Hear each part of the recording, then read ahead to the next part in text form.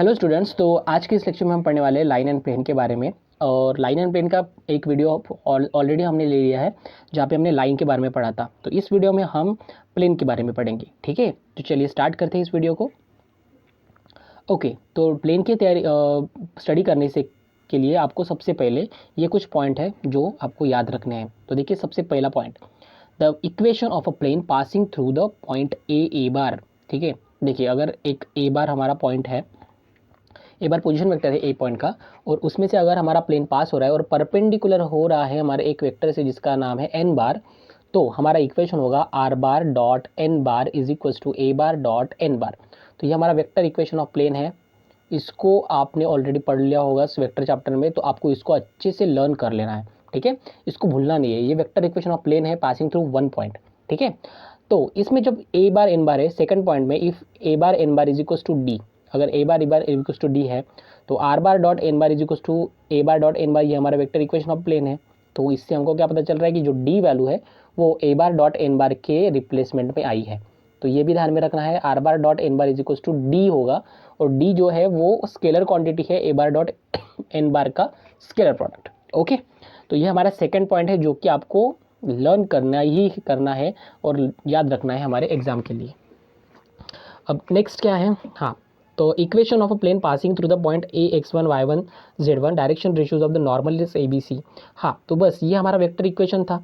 इसमें हम vector equation में ले रहे थे, ठीक है, वेक्टर के फॉर्मेट में ले रहे थे। लेकिन इसमें अगर हमारे पास ए के पॉइंट अगर हमारे पास आए x1 y1 z1, और अगर नॉर्मल यानी कि n बार के कोऑर्डिनेट्स हमारे पास डायरेक्शन रेशियो जो है वो आए ABC, तो आपको उसको कैसे लिखना है, तो उसको लिखना है इस तरह से, इस तरह से। मतलब हमने क्या किया है, बस इस आर बार की जगह पे हमने पुट किया है एक्स आई प्लस वाई जे प्लस जेड के की वैल्यू, ठीक है। क्योंकि आर क्या रिप्रेजेंट करता है, आर रिप्रेजेंट करता है any point on the plane, ठीक है। जैसे कि लाइन के इक्वेशन में हमने क्या दिया था, any point on the line था, आर रिप्रेजेंट कर रहा था, तो यहाँ पे any point on the plane lie कर रहा है, ठीक है। तो देखिए ये जो इक्वेशन है बाद में उसका बनेगा, तो ये कुछ इस तरह से बनेगा, A X minus X one plus B Y minus Y one plus C Z minus Z one is equal to zero. तो ये जो इक्वेशन है इसको हम बोलते हैं equation of plane, Cartesian equation भी बोल सकते हैं। क्या बोल सकते हैं, Cartesian equation of plane, equation Cartesian equation of plane passing through one point. क्या पासिंग थ्रू वन पॉइंट है, तो ध्यान में रखिएगा, ये भी हमको इक्वेशन याद रखना है। तो ये तीन पॉइंट आपको अच्छे से लर्न करके रख देना है, ठीक है। तो बढ़ते हैं नेक्स्ट पे। हाँ, नेक्स्ट हमारे पास सॉरी, हाँ, तो नेक्स्ट जो पॉइंट है हमारे पास, the vector equation of a plane passing through the point A bar and parallel to the non zero and non parallel vector B bar and C bar is equal to ये। हाँ, तो देखिए इसमें क्या याद रखना है आपको, vector equation of plane passing through the point A bar and parallel to the non zero and non parallel vector B bar and C bar. अगर दो वेक्टर्स, अगर हमारा जो प्लेन है वो अगर एक ही पॉइंट से मतलब ए बार से पास हो रहा है, लेकिन ऐसे दो नॉन पैरेलल वेक्टर भी उसी प्लेन पे लाई कर रहे हैं, मतलब क्या हो रहा है, ये हमारा प्लेन है, यहाँ पे ए बार से पास हो रहा है हमारा, तो ये एक ए बार हो गया, और बी बार और सी बार ऐसे दो वेक्टर्स है जो कि नॉन पैरेलल है, वो एक दूसरे को पैरेलल नहीं है लेकिन वो इसी प्लेन पे लाई कर रहे हैं, मतलब हम बोल सकते हैं कि वो को प्लेनर है। क्या है, को प्लेनर है।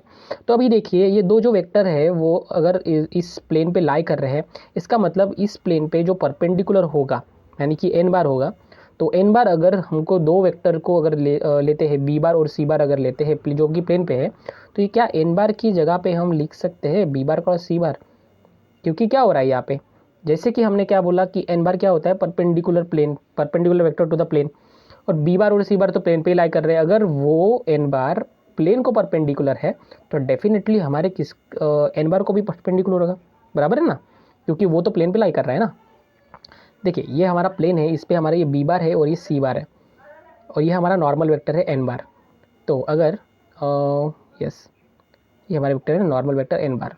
तो अगर ये नॉर्मल वेक्टर प्लेन को परपेंडिकुलर है तो इस बी बार और सी बार को परपेंडिकुलर होगा, तो इस एन बार की वैल्यू निकालने के लिए आपको लेना पड़ेगा बी क्रॉस सी, ठीक है।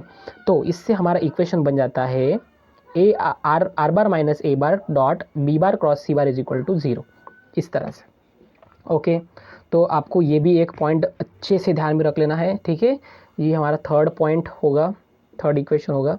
उसके बाद अगर हमारे पास दो इक्वेशंस को कंबाइन, मतलब क्या है, vector equation of the plane in parametric form, parametric form में अगर आता है, मतलब इस तरह से आता है, तो देखिए इसमें क्या क्या है।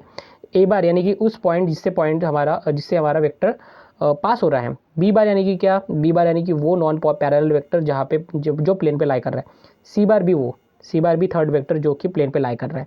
तो बस इसका ये जो हमारा फर्स्ट जो वेक्टर था, ये हमारा नॉन पैरामेट्रिक फॉर्म था। कौन सा था, नॉन पैरामेट्रिक, क्योंकि इसमें पैरामीटर कौन सा भी नहीं है, लैम्बडा वगैरह यूज़ नहीं किया हुआ है।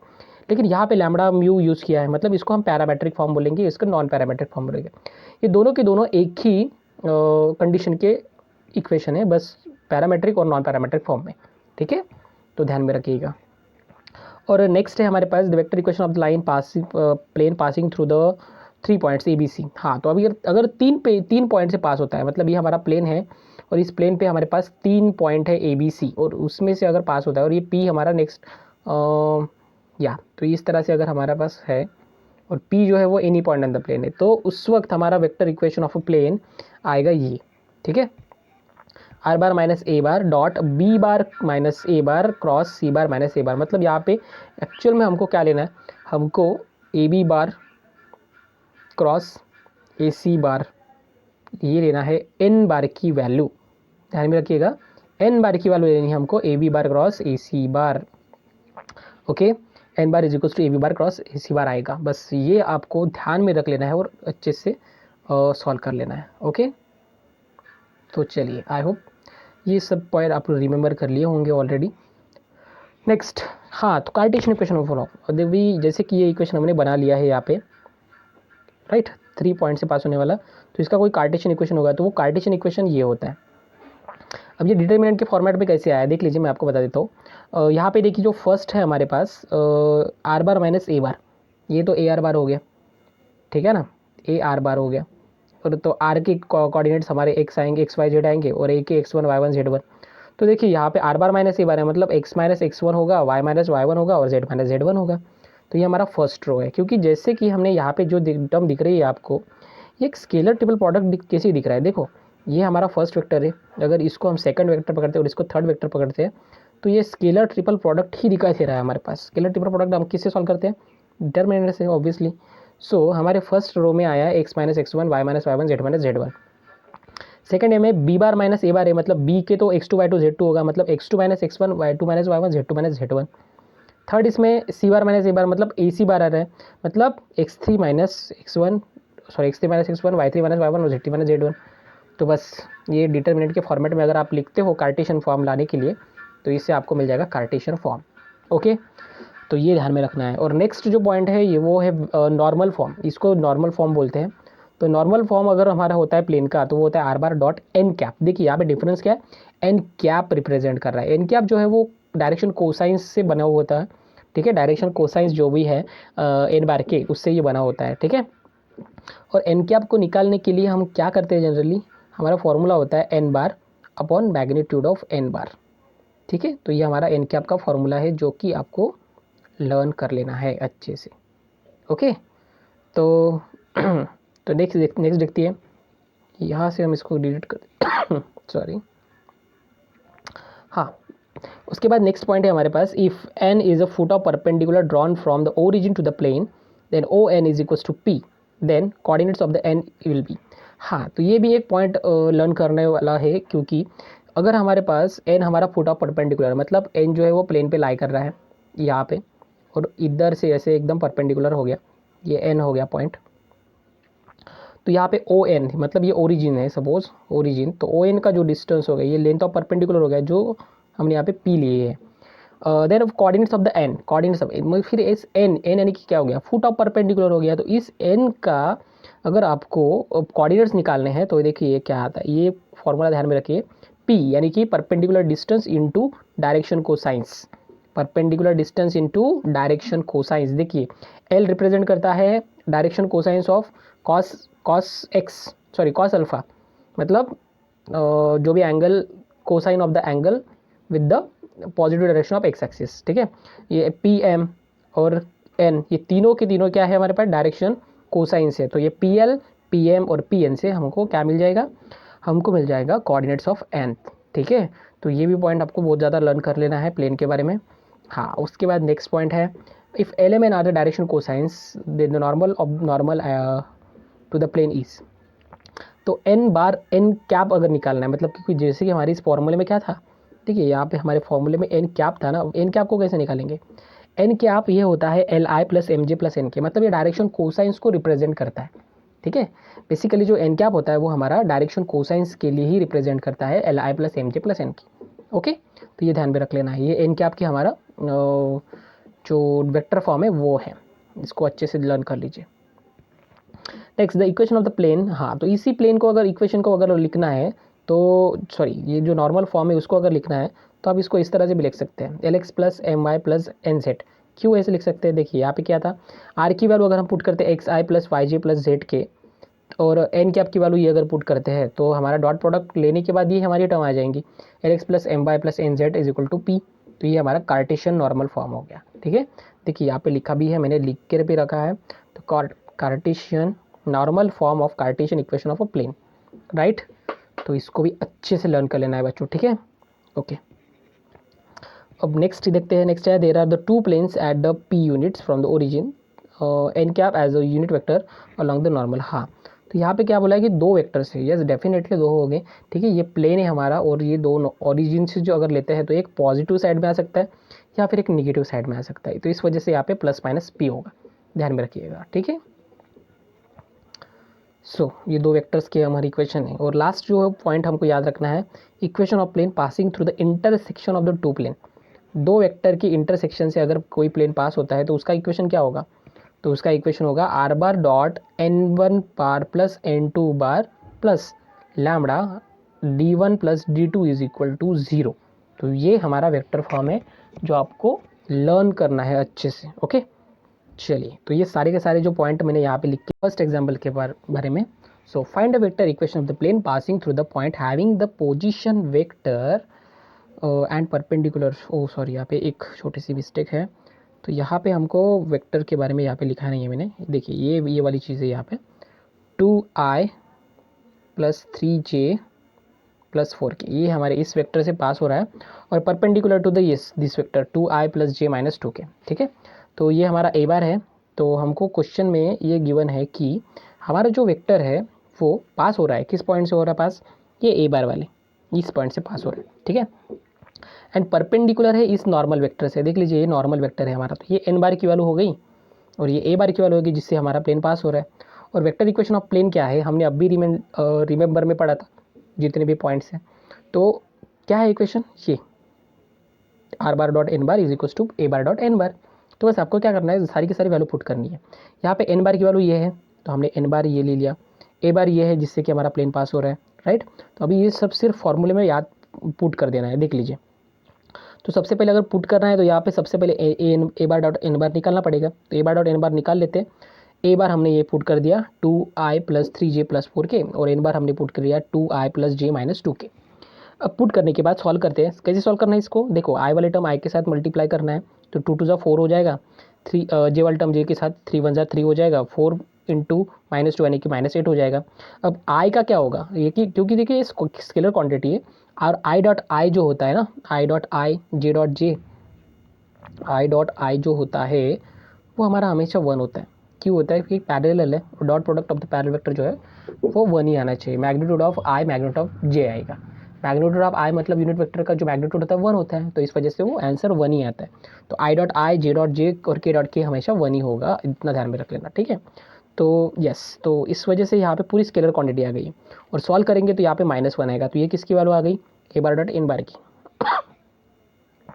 तो हमने अभी फॉर्मूले में पुट कर दिया, देखिए आर बार ये एन बार की वैल्यू और इन ए बार डॉट एन बार की वैल्यू -1, तो ये हमारा हो गया वेक्टर इक्वेशन ऑफ प्लेन। ठीक है, तो ऐसे ये आपको अच्छे से कर लेना है बच्चों।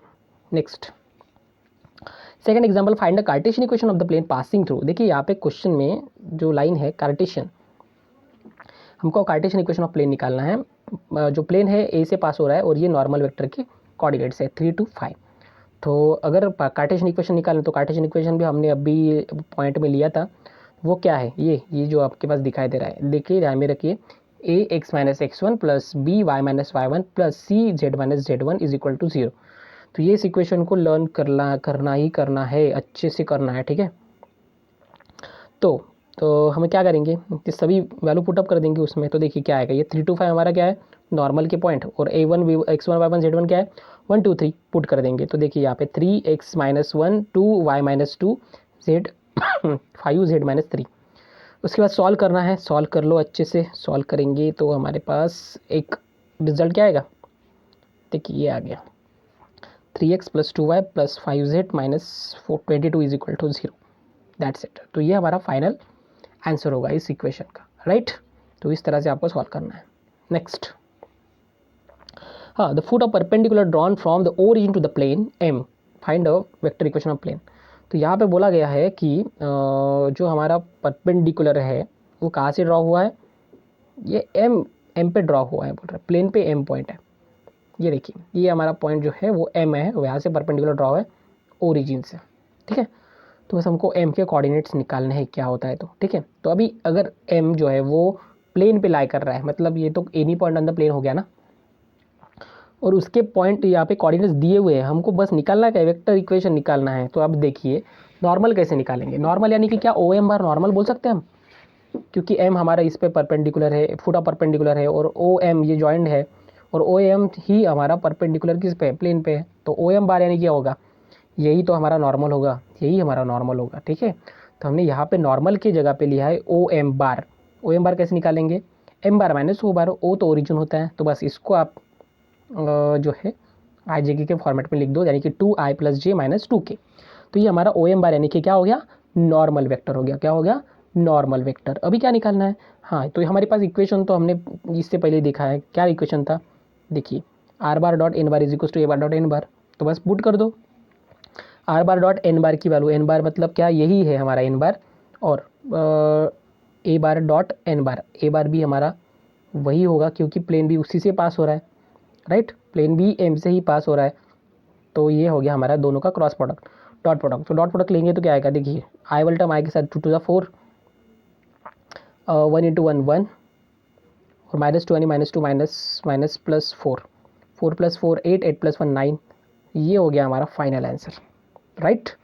तो इस तरह से आपको इस क्वेश्चन को अच्छे से लर्न कर लेना है। ओके, बढ़ते हैं नेक्स्ट क्वेश्चन पे। हाँ, question number 4, find a vector equation of a plane passing through a -1 2 and 3, sorry -5 and parallel to the 2 vector. देखिए यहाँ पे 2 वेक्टर्स के लिए पैरेलल है, और इसके बारे में हमने भी पढ़ा था, रिमेंबर में क्या पढ़ा था कि इसका इक्वेशन क्या आता है, इसका इक्वेशन होता है ये आर बार डॉट, मतलब यहाँ पे एन बार को रिप्लेस करेगा बी क्रॉस सी, कौन रिप्लेस करेगा, बी क्रॉस सी, राइट। बाकी सब कुछ इक्वेशन वैसे का वैसा है। तो यहाँ पे सबसे पहले बी क्रॉस सी के निकालने बहुत ज़्यादा ज़रूरी है। तो कैसे निकालेंगे, बी क्रॉस सी को निकालने के लिए आप डिटर्मिनेंट यूज़ करते हैं। तो यहाँ पे देखिए ये ए बार है, ये बी बार है, और सी बार है, यहाँ पे हमने लिख लिया है, और डिटर्मिनेंट का यूज़ करके हमने निकाला है बी क्रॉस सी की वैल्यू, जो कि क्या है ये यहाँ पे -2i plus 7j plus 5k। बाद में ये ही हमको इस इक्वेशन में पुट कर देना है, लेकिन उसके राइट हैंड साइड में आपको क्या दिखाई दे रहा है, ए बार डॉट बी क्रॉस सी है। तो उसकी वैल्यू सबसे पहले निकाल लेते हैं। तो उसकी वैल्यू निकालेंगे तो ये आएगी, ये वैल्यू देख लीजिए, ठीक है। ए बार डॉट बी क्रॉस सी यानी कि हमारा जो बी क्रॉस सी है तो ये आएगा था, और ए से मल्टीप्लाई करेंगे, मतलब डॉट प्रोडक्ट लेंगे तो कितना आया, -9, ठीक है ना। हमने अभी बहुत बार इसको किया है सॉल्व, तो आपको ये पता होना चाहिए, ठीक है। ओके, तो ये जैसे हमने यहाँ पे 9 वैल्यू निकाली है, हमने पुट कर दिया इक्वेशन में, तो हमारा फाइनल इक्वेशन आया है क्या, are bar dot -2i plus 7j plus 5k, जो कि बी क्रॉस सी था, और -9 जो हमारा ए क्रॉस बी क्रॉस सी का आंसर आया था। ओके, ठीक है। तो इस तरह से आपको इस क्वेश्चन को सॉल्व कर लेना है, ठीक है। चलिए बढ़ते हैं आगे।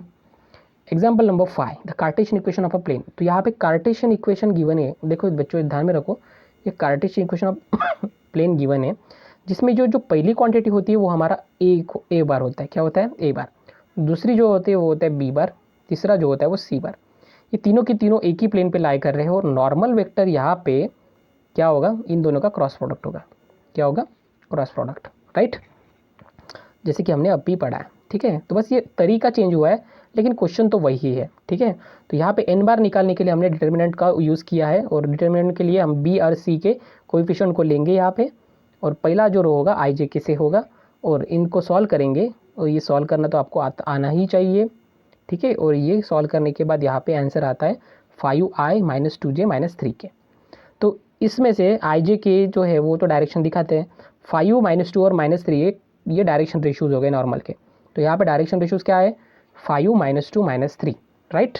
उसके बाद प्लेन किससे पास हो रहा है, ये इससे पास हो रहा है i - j से, और इसके कोएफिशिएंट i का कोएफिशिएंट 1, j का कोएफिशिएंट -1, और z तो है नहीं, k तो है नहीं, मतलब 0, ठीक है। तो ये हमारा इक्वेशन आ गया। अभी हमको क्या निकालना है, कार्टेशियन इक्वेशन निकालना है। और कार्टेशियन इक्वेशन क्या था, ये देखिए यहाँ पे लिखा ही है ax - x1 + by - y1 + cz - z1। तो बस वैल्यू पुटअप कर दो सारी की सारी, और ये ले लो, आंसर आपका आ गया 5x - 2y - 3z - 7 = 0। बस इस तरह से सॉल्व करना है, ठीक है।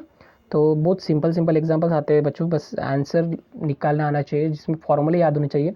एक बार फार्मूला आपको पता है तो आप बस उसको वैल्यू निकालो और उसमें पुट कर दो, बस हो गया, इजीली आंसर आ जाता है। बढ़ते हैं नेक्स्ट, यानी कि example number 6, find the vector equation of a plane passing through the ABC। अब ये 3 पॉइंट से पास होने वाला क्वेश्चन है। देखिए 3 पॉइंट से पास होता है, तो हमारा इक्वेशन क्या था, हमारा इक्वेशन था r bar minus a bar dot, ऐसा करो कि देखिए जैसे कि हमारे पास 3 पॉइंट है ABC, ठीक है। 3 पॉइंट से पास हो रहा है, मतलब यहाँ पे जो n बार होगा ना, वो होगा AB cross AC, AB cross AC। AB यानी कि क्या, B bar minus A bar, AC यानी कि क्या, C बार माइनस A बार। तो इनका पहले क्रॉस प्रोडक्ट निकाल लो, इनका पहले क्रॉस प्रोडक्ट निकाल लो। तो क्रॉस प्रोडक्ट इसीलिए हमने निकाला है AB क्रॉस AC का, क्योंकि वो हमारा नॉर्मल वेक्टर है। समझ में आया। तो हमने यहाँ पे ABC तो हमारे पास गिवन है, तो हमने यहाँ पे क्रॉस प्रोडक्ट लिया है उनका कोएफिशिएंट से। B बार माइनस A बार हमने देखी यहाँ पे ABBC हमारे पास गिवन है, AB बार का B बार माइनस A बार जो निकाला हमने, C बार माइनस A बार निकाला ये, और उसके बाद डिटर्मिनेंट में उसका आंसर सॉल्व किया है, ठीक है। तो ये सॉल्व करने के बाद आपके पास डिटर्मिनेंट की वैल्यू कितनी आई, 7i - 7k, ये वैल्यू आएगी, ओके। तो 7i - 7 के आने के बाद, हाँ, तो आपके पास देखिए वेक्टर इक्वेशन कहाँ से पास हो रहा है, A बार से पास हो रहा है ये, और कहाँ पे परपेंडिकुलर कौन से वेक्टर के साथ हो गया, B bar minus A bar cross C bar minus A बार के साथ। तो देखिए ये हमारा वेक्टर इक्वेशन इस तरह से आएगा, ठीक है। देखते equation of a plane is r bar minus A bar dot, ये हमारा जो n बार की वाला है वो लिख देना है, इज इक्वल टू 0, ठीक है। तो बस यहाँ पे आएगा इस तरह से आंसर, ठीक है। उसके बाद ये हमारा इसको सॉल्व करने के बाद r बार से मल्टीप्लाई करेंगे तो ये आएगा, और A बार से मल्टीप्लाई करेंगे तो ये आएगा। तो ये हमारा सेपरेशन हो गया उसका, और इसको सॉल्व कर करते हैं, डॉट प्रोडक्ट है ना यहाँ पे, तो इसको सॉल्व करते हैं। तो इन दोनों का सॉल्व करने के बाद तरीका क्या आएगा, ये -7। तो ये रिक्वायर्ड इक्वेशन है हमारे पास, ठीक है। देखिए ये इक्वेशन भी हमने ऑलरेडी लिख दिया था, जो हमारे स्टार्टिंग के स्लाइड में था, तो रिमेंबर में, चलिए वो भी दिखा देता हूँ मैं आपको। ये स्टार्टिंग स्लाइड, या हाँ ये देखिए है, मैंने बोला था, ओ सॉरी 3 पॉइंट से पास होने वाला, ये देख लीजिए, r bar minus A bar dot B bar minus A बार और cross C bar minus A bar, okay, ठीक है, याद में रखिएगा। तो बढ़ते हैं हमारे नेक्स्ट क्वेश्चन पे, क्वेश्चन नंबर 3 तो हो गया, 4 हो गया, 5 जस्ट 5 ही हो गया, हाँ 6 क्वेश्चन पे, 7th क्वेश्चन पे 6 हो गया है, 7th क्वेश्चन। हाँ तो 7th क्वेश्चन देखते हैं। 7th क्वेश्चन में क्या है, find the vector equation of a plane which is at a distance of 6 unit from the origin and to which the vector 2i - j + 2k is normal, ठीक है। तो ये normal है, नॉर्मल वेक्टर के पास दिए हुए हैं हमारे पास, और डिस्टेंस देकर है, कहाँ से डिस्टेंस दिया है हमको, 6 unit from the origin, origin से प्लेन तक का डिस्टेंस दिया है। परपेंडिकुलर डिस्टेंस बोला गया है कि यहाँ पे, यस परपेंडिकुलर नहीं है, लेकिन ये परपेंडिकुलर डिस्टेंस ही होगा, सॉरी परपेंडिकुलर डिस्टेंस नहीं होगा। तो देखिए ये हमारे पास 6 यूनिट डिस्टेंस है, ठीक है। तो हम इसको p से रिप्रेजेंट करते हैं, और n बार देख रहे हैं, देखिए ध्यान में रखिए वेक्टर बोला गया है, यूनिट वेक्टर नहीं बोला गया है, तो ये n बार की वैल्यू है, ठीक है। परपेंडिकुलर वेक्टर कितना है, 2i minus j plus 2k, right. उसके बाद हमको क्या निकालना है, यहाँ पे वेक्टर इक्वेशन ऑफ प्लेन निकालना है ना, यानी कि यहाँ पे नॉर्मल फॉर्म में लिखना है। देखिए नॉर्मल फॉर्म में ही हमको ये इक्वेशन चाहिए। तो नॉर्मल फॉर्म क्या होता है हमारा, R bar dot N cap is equal to P, और एन कैप का फॉर्मूला ये होता है N bar upon magnitude of N bar. तो यहाँ पे एन बार तो ये है हमारे पास, और मैग्नीट्यूड ऑफ एन बार कैसे निकालेंगे, अंडर रूट में 2 का स्क्वायर यानी कि 4 प्लस 1 का माइनस 1 का स्क्वायर यानी कि 1 और 2 का स्क्वायर यानी कि 4, 4 प्लस 4 8 प्लस 1 9, 9 का अंडर रूट क्या आता है 3। तो यहाँ पे मैग्नीट्यूड ऑफ एन बार क्या आएगा 3। तो इससे हम क्या निकलेगा, एन कैप निकलेगा, और बाद में एन कैप इस फॉर्मूले में पुट कर दो वेक्टर इक्वेशन ऑफ प्लेन में, तो आपके पास ये बनेगा r bar dot N cap की वैल्यू हमने पुट कर दी इज इक्वल टू पी की वैल्यू हमने पुट कर दी 6। बाद में ये डिनोमीटर में जो 3 दिखाई दे रहा है आपको, बस उस 3 से दूसरे साइड में मल्टीप्लाई कर दो, तो आपके पास इक्वेशन बनेगा ये are bar dot 2i minus j plus 2k is equals to 6 3 18, right. बस यहाँ तक कर दो, हो गया answer. Next, find a perpendicular distance of the origin from the plane x minus 3y plus 4z minus 6 is equal to 0। ठीक है, यहाँ पे कार्टेशियन फॉर्म में दिया हुआ है। तो जो भी एक्स वाई जेड के कोएफिशिएंट होते हैं ना हमारे, उसी को हम बोलते हैं नॉर्मल के डायरेक्शन रेशियोज, जो वही है हमारा नॉर्मल के डायरेक्शन रेशियोज। ठीक है, तो देखिए ये जनरली इस टाइप के रहते हैं, L x plus M Y plus N Z is equal to p. ठीक है, तो इससे हमको डायरेक्शन रेशियोज मिल जाएंगे 1 माइनस 3 4, एक्स का कोएफिशिएंट 1 है, वाई का -3 है और जेड का 4 है। वही हमारे डायरेक्शन रेशियोज हो गए, मतलब नॉर्मल एन बार की कोऑर्डिनेट्स है। लेकिन हमको क्या चाहिए था, कार्टेशियन फॉर्म तो ये है ना, हमको परपेंडिकुलर डिस्टेंस निकालना, यानी कि पी की वैल्यू निकालनी है। तो उसके लिए हमको एल एम एन की वैल्यू निकालना बहुत ज़्यादा ज़रूरी है। तो एल एम एन क्यू कैसे निकालेंगे, देखिए डायरेक्शन कोसाइंस कैसे निकालते हैं हम, ये 1 माइनस 3 4 जो है वो हमारा डायरेक्शन रेशियोज है, और हमारा एन कैप का फॉर्मूला आता है N bar upon magnitude of N bar, जो कि अभी हमने एक एग्जाम्पल में बताया। तो हमको एन कैप निकालना है, मतलब एल एम एन निकालना है, तो मैग्नीट्यूड ऑफ एन बार से डिवाइड करना पड़ेगा किसको, डायरेक्शन रेशियोज को। तो एन बार क्या आएगा इसका, देखिए एन बार अगर सॉल्व करते हैं तो क्या आएगा, इसका एन बार, हाँ इसका एन बार आएगा 1 का स्क्वायर यानी कि 1, -3 का यानी कि 9 और 4 का यानी कि 16। अगर ऐड कर देते हैं 16 प्लस 1 17, 17 प्लस 9 26। यस, तो इस तरह से हमने अगर सभी को डायरेक्शन रेशियोज को 20 अंडर रूट ऑफ 26 डिवाइड कर दिया, तो आपको मिल जाता है डायरेक्शन कोसाइंस। क्या मिलता है, डायरेक्शन कोसाइंस मिलता है। ठीक है, तो डायरेक्शन कोसाइंस मिलने के बाद given equation can be written as, तो जो हमारा इक्वेशन है वो कैसे रिटर्न होगा सब बताओ। तो इस तरह से होगा, देखिए इस इक्वेशन में आपको बस एल एम एन की वैल्यू पुट करनी है, यही हमारे एल एम एन है। डायरेक्शन कोसाइंस या को डिनोट किया जाता है एल एम एन से, तो ध्यान में रखिएगा एल एम एन ये है हमारे पास, और एल एम एन से आपको यहाँ पे लिख देना है, सॉरी, राइट। तो ये इस तरह से एल एम एन आपका आ गया है। ओके, एक बार एल एम एन आ गया है आपके बाद, उसके बाद इसमें क्या है 6 अंडर रूट 26 है, तो हमने यही हमारा जो है वो डिस्टेंस होगा हमारा परपेंडिकुलर डिस्टेंस, यानी कि पी होगा। ठीक है, क्योंकि हमने दोनों साइड में इस इक्वेशन में देखिए हमको दोनों साइड में क्या करना है, अंडर रूट 26 से मल्टीप्लाई डिवाइड कर देना है, तभी आपको अच्छे से वैल्यू आ जाएगी।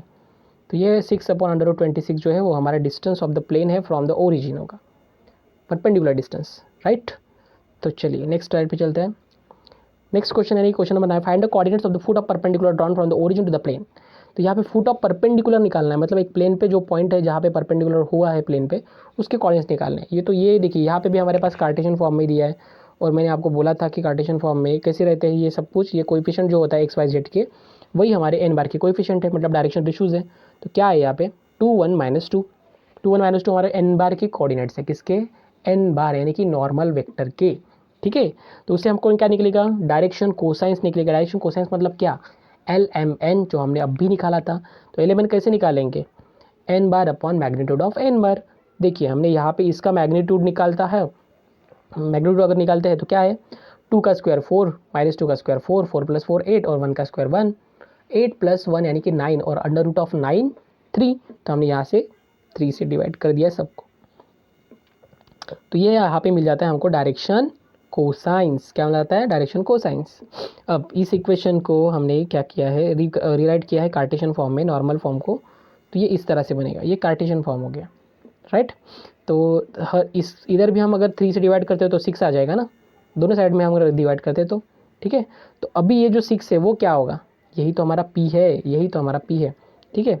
तो हमारे पास स्टार्टिंग में हमने लिखा था कि coordinates of the foot of perpendicular drawn from the origin to the plane is equals to, उसके कोऑर्डिनेट्स क्या आते हैं, LP, MP और NP। देखिए ध्यान में रखिए, LP, MP और NP। और यहाँ पे हमने क्वेश्चन में P की वैल्यू कितनी निकाली है, 6, राइट, जो भी राइट हैंड साइड में होगा, क्योंकि ये इक्वेशन के कंपैरिजन करने के बाद मिलता है, ठीक है। तो P तो यहाँ पे 6 आ गया, मतलब परपेंडिकुलर डिस्टेंस आ गया। और उसके कोऑर्डिनेट्स क्या होते हैं फुट ऑफ परपेंडिकुलर के, LP, NP और MP।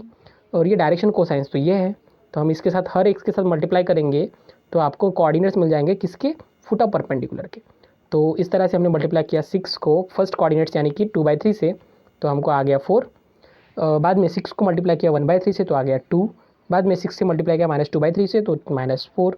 और यही हमारे इस क्वेश्चन का आंसर है, फुट ऑफ परपेंडिकुलर कोऑर्डिनेट्स, ठीक है। तो ये भी एक बहुत ज़्यादा इंपॉर्टेंट क्वेश्चन है गाइस, तो इसको भी इंपॉर्टेंट लिख के रखिए, नहीं है इसको सॉल्व ही कर लीजिए, ठीक है, सॉल्व करके रख लीजिए अच्छे से, तभी आपको ये अच्छा लर्न हो जाएगा। सारे के सारे टाइप के क्वेश्चन मैं एक एक क्वेश्चन ले रहा हूँ ताकि आपको हर एक कंसेप्ट क्लियर हो जाए, ठीक है। तो हमारे पास बढ़ते हैं हमारे नेक्स्ट स्लाइड पे, 10th क्वेश्चन पे। रिड्यूस द इक्वेशन, ये हमारा इक्वेशन है, इसको रिड्यूस करना है टू द नॉर्मल फॉर्म, अभी नॉर्मल फॉर्म में करना है। तो कैसे करेंगे, देखिए नॉर्मल फॉर्म में बेसिकली अगर करना है आपको, तो आपको क्या करना है, देखिए इस इक्वेशन में जो होता है ना ये वाला, ये n बार की वैल्यू है। नॉर्मल फॉर्म में करना है तो नॉर्मल फॉर्म के लिए हमको यहाँ पे n कैप की ज़रूरत है। और n कैप कब आएगा, जब हम उसको n बार से, मैग्नीट्यूड ऑफ n बार से डिवाइड कर देंगे। तो मैग्नीट्यूड ऑफ n बार यहाँ पे हम कैसे निकालते हैं, अंडर रूट से, under root of coefficient of n square, मतलब 3 का स्क्वायर तो 9 होगा, 4 का स्क्वायर 16 और 12 का स्क्वायर 144। इन सभी को ऐड करो तो आ जाता है 169, और 169 अंडर रूट कितना होता है 13। तो यहाँ पे मैग्नीट्यूड ऑफ n, क्या n बार की वैल्यू यहाँ पे 13 आ गई है। और इस 13 से क्या करना है, दोनों साइड में मल्टीप्लाई करना है इस इक्वेशन के, जो इस तरह से यहाँ पे किया है।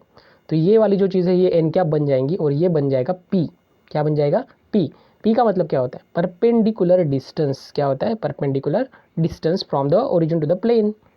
तो यहाँ पे ये 8/3 जो है वो perpendicular distance from the origin to the plane आ गया है, ठीक है। लेंथ ऑफ परपेंडिकुलर, ये हमारा नॉर्मल फॉर्म, ये हमारा लेंथ ऑफ परपेंडिकुलर। उसके बाद डायरेक्शन कोसाइंस, डायरेक्शन कोसाइंस यानी कि ये वाली चीज़ n कैप के कोएफिशिएंट क्या है, 3/13, 4 -4/13 और 12/13 आ गए हर एक चीज़। बस इसी तरीके से आपको हर एक चीज़ को सॉल्व कर लेना है, ठीक है। हाँ, बढ़ते हैं नेक्स्ट स्लाइड पे। Question number 11, find a vector equation of the plane passing through the point 1, 0, 2 and the line of intersection of the plane r bar dot i plus j plus k is equal to 8, r bar dot 2i plus 3j plus 4k is equal to 3। तो यहाँ पे दो equation दिया और उन दोनों के point of intersection का इक्वेशन निकालना है। तो देखिए पॉइंट ऑफ इंटरसेक्शन का इक्वेशन क्या था, ये तो ये वाला ही था, हमने ये रिमेंबर दिस में भी पढ़ा था। The equation of required plane is the equation of r bar dot n1 plus lambda n2 minus, minus नहीं आता प्लस है इसमें, plus d1 plus lambda d2 is equal to 0। ये हमारा इक्वेशन है। तो बस क्या हमको सिर्फ यहाँ पे वैल्यू पुटअप करनी है, सारी की सारी वैल्यू तो आपके पास गिवन ही है, ठीक है। देखिए ये हमारा n1, ये n2, n1 n2, ये d1 और ये d2। बस यहाँ पे सभी की सभी वैल्यू पुटअप कर दो इस इक्वेशन में और बना दीजिए आपका इक्वेशन। तो ये देखिए इसको सॉल्व, इसको पुट करने के बाद सॉल्व किया है और ये हमारे पास इक्वेशन बन के आ गया है, ठीक है। तो इसी इतना ही करना है, बस कुछ नहीं करना है, बस जो भी हमारे ये इक्वेशन ध्यान रखो उसमें वैल्यू पुटअप कर दो बस, और उसको सॉल्व करो, उतना ही काम है आपका, बाकी कुछ नहीं है इसमें। तो जैसे यहाँ पे सॉल्व किया है, देखिए ये वाली टर्म आ गई है आपके पास, ठीक है। अब जैसे कि ये क्वेश्चन में बोला गया है कि जो इक्वेशन है ना वो 102 से पास हो रहा है। अभी यहाँ पे हमको जो अननोन है ना, जो लैम्बडा यहाँ पे दिखा दे रहा है, इसकी वैल्यू निकालनी है। तो ये जो प्लेन है वो 102 से अगर पास होती है तो हम 102 यानी क्या होता है, ये इस आर बार के कोएफिशिएंट होंगे, किसके होंगे, आर बार के, क्योंकि ये जो पासिंग वाला पॉइंट है वो any point on the plane है और आर बार एनी पॉइंट को ही रिप्रेजेंट करता है। तो एनी पॉइंट के जगह पे हम, आर बार के जगह पे हम ये पुट कर सकते हैं 102। तो हमने जैसे यहाँ पे पुट कर दिया 102 मतलब क्या, 1 यानी कि आई, 0 यानी कि जे का कोएफिशिएंट नहीं है यहाँ पे, और के यानी कि 2k, उससे हमने इस पूरे ब्रैकेट को मल्टीप्लाई कर देना है, ठीक है। मल्टीप्लाई करेंगे तो क्या आएगा देखते हैं। हाँ, तो इसको सॉल्व करने के बाद ये हमारे पास कुछ इस तरह के टर्म आएंगी, ठीक है। 1 प्लस मल्टीप्लाई करना है आपको, ठीक है। ये डॉट प्रोडक्ट लेना है दोनों का, इन दोनों का डॉट प्रोडक्ट लेने के बाद ये टर्म, इस तरह के टर्म आपके पास आएंगे। ये टर्म आने के बाद आपको क्या करना है, इसको सॉल्व कर लेना है। 1 + 2 लैम्बडा है, 2 × 1 = 2 और 4 2 4 = 8 और 8 + 3, बस इसको सॉल्व करेंगे। इक्वेशन तो आपको सॉल्व करना आता ही, और इससे सॉल्व करने के बाद लैम्बडा की वैल्यू आपके पास आ जाएगी 5/7।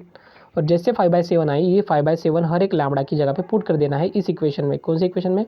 इक्वेशन 1 में।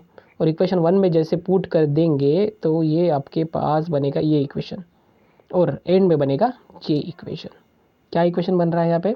r⁻. 17i + 22j + 27k = 71। तो यही हमारा इस क्वेश्चन का आंसर है। ओके, तो देखिए इतने स्टेप्स है, क्या क्या स्टेप हमने किए। देखिए सबसे पहले तो ये वेक्टर इक्वेशन आपको पता होना बहुत ज़्यादा ज़रूरी है, क्योंकि इसी पे पूरा क्वेश्चन है। इसमें हमने n1 और n2 की वैल्यू पुट कर दी, ये n1 n2 है। उसके बाद d1 d2 की वैल्यू पुट कर दी, ये d1 d2 है। और इसको जो टर्म है इसको उस साइड में भेज दिया।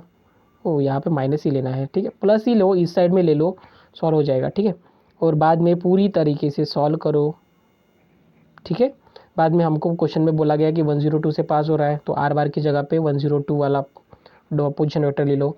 बाद में इन दोनों को मल्टीप्लाई करो, मल्टीप्लाई करने से लैम्बडा की वैल्यू निकालो, लैम्बडा की वैल्यू एंड में उसी इक्वेशन में पुट करो r1 में, और बस सॉल्व करो तो आपको मिल जाएगा आपके वेक्टर इक्वेशन प्लेन ओरिजिन, ठीक है। तो बस इस तरह से सॉल्व करना है बच्चों, बाकी इसमें कुछ नहीं है, बस आप इसकी प्रैक्टिस ज़्यादा करो। और हमने जब जैसे पढ़ा होगा, आपने भी पढ़ा होगा, तो ये ज़्यादा आपको इतनी तकलीफ नहीं देगा, ठीक है। तो बस यहाँ तक था हमारा कि 11 क्वेश्चन है। ये 11 टाइप के ही क्वेश्चन आपको एग्ज़ाम में आएंगे, इससे ज़्यादा कोई ऐसे दूसरे क्वेश्चन नहीं आएंगे। तो इस 12 क्वेश्चन को बस दिमाग में अच्छे से प्रिपेयर कर लो, ताकि अगर इसमें से कोई भी क्वेश्चन आपके सामने आता है तो आप इसको छोड़े ना, क्योंकि बस ये पूरे के पूरे जो भी जितने भी क्वेश्चन हमने लिए वो सारे के सारे फॉर्मूला बेस्ड क्वेश्चन है। जितना आपको फॉर्मूले याद रहेंगे उतना ही ज़्यादा आपको अच्छा होगा, ठीक है। तो चलिए, thank you so much for watching this video. ऐसे और सारे वीडियोस देखने के लिए आपको मेरे चैनल को सब्सक्राइब करना पड़ेगा, सब्सक्राइब कर लीजिएगा और बेल आइकन को भी दबा दीजिए, ताकि आगे की जितने भी नोटिफिकेशन वो आपके सामने आ जाए। So thank you so much for watching.